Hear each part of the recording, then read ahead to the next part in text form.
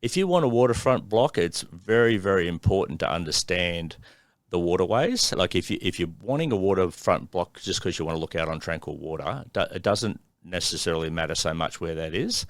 But you can be by street only like a few hundred metres apart in suburbs like Broadbeach Waters, and one location might be like 200 metres in, at 6 knots to get to the main river, and might take you like 3 minutes to get into the river. The other one could take you 45 minutes because of the little pathways of the waterways that you have to navigate to get out to the main river.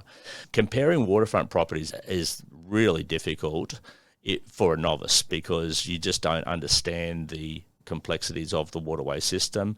Quite often they're different block sizes, houses of different age. Some have underground power, some have overground poles and stuff. So there's a lot of different things that really in those waterfront suburbs that you really need help to understand. There's a lot of things you need to know about waterfront blocks. Obviously the size of the block, they vary quite a lot. So, you want to have a block of land size that's suitable for you. If you want to have a pool and, room for family and more entertaining. Some people want low maintenance. The Gold Coast was flood affected back in the 1974 flood, and there still are some areas which, are flood prone, and the existing houses never had to be raised up to meet any new flood requirement. So it's important to know, which areas probably to avoid. Mind you, the Gold Coast has done tremendous work with infrastructure to ensure we wouldn't get the same flood. The 1974 flood affected some of the waterfront areas, particularly in Broadbeach Waters, and there's some streets there that you'd probably want to avoid. The houses never had to be raised up after the flood. The Gold Coast has done quite a few infrastructure things. They say the same flood level wouldn't affect those properties as much. They raised the Hinds Dam wall 4 metres. They've created the seaway, which lets the water flow out better. So there's certain things that will definitely mitigate flooding. We have had some smaller floods since, and there has been some houses that I know of that have gone back under.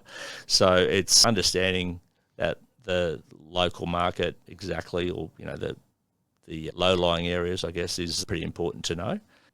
There's a heap of things that can vary the price of two properties in the same street. It can be the aspect, the size of the block, the condition of the house, the age of the house, whether one might be closer to one end of the street might be close to a busy road, and the other end you don't hear it. And then particularly on the waterfront, like you could have two houses in the same street. One could be at the end of the canal with a narrow water frontage. The other one could be on a point position where it fans out nice and wide, whether they're facing north, south, east, west. All these things have a big bearing on the value of a home. So if you see one property for sale in the street for one price, it doesn't mean the others are like that. We don't live in a grid pattern kind of suburb where basically all the houses are the same. So it's really important to understand those differences. And you're really, I hate to say it, but you're almost like wasting your time trying to do it if you're just sitting on your computer looking on realestate.com and going, oh, that one sold for that. And, this one looks like it's got a nicer lounge room, so, it must be worth more. There's just so many factors that come into play when you're trying to judge the true value of a property. And I just don't know how people can do it on their own. What I find is a lot of my buyers that come to the Gold Coast want to buy a property, they sort of have, initially they might have a bit of a perception of what they're actually after. They might think that they want, an apartment facing the ocean. And then when we get right down to it, because at the end of the day, they're probably, bound by their budget. Everyone pretty well has a certain amount that they want to spend.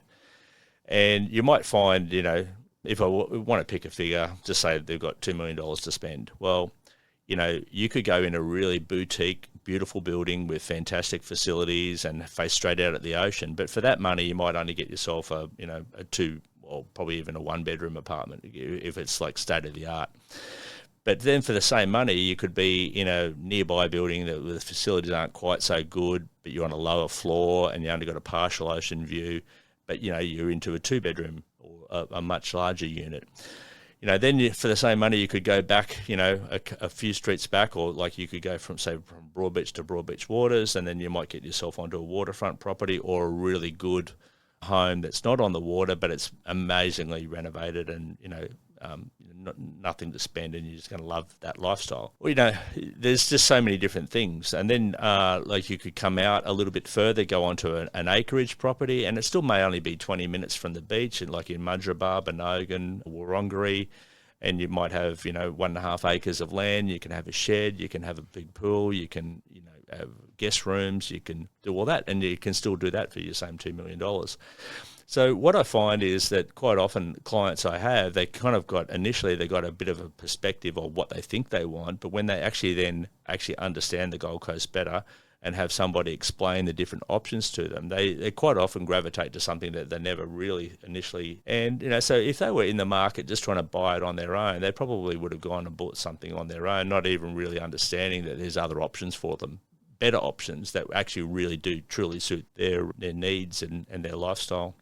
Whether they like to play golf or they want to be closer to the highway to get up to Brisbane because they've got family up there and they want to go up there more regularly, or just different things, or they want to catch the train, or there's a lot of different parts of the Gold Coast that all have great advantages for the right buyer. And it's about us placing the buyer in the right environment where they're going to be really happy with the property that they buy.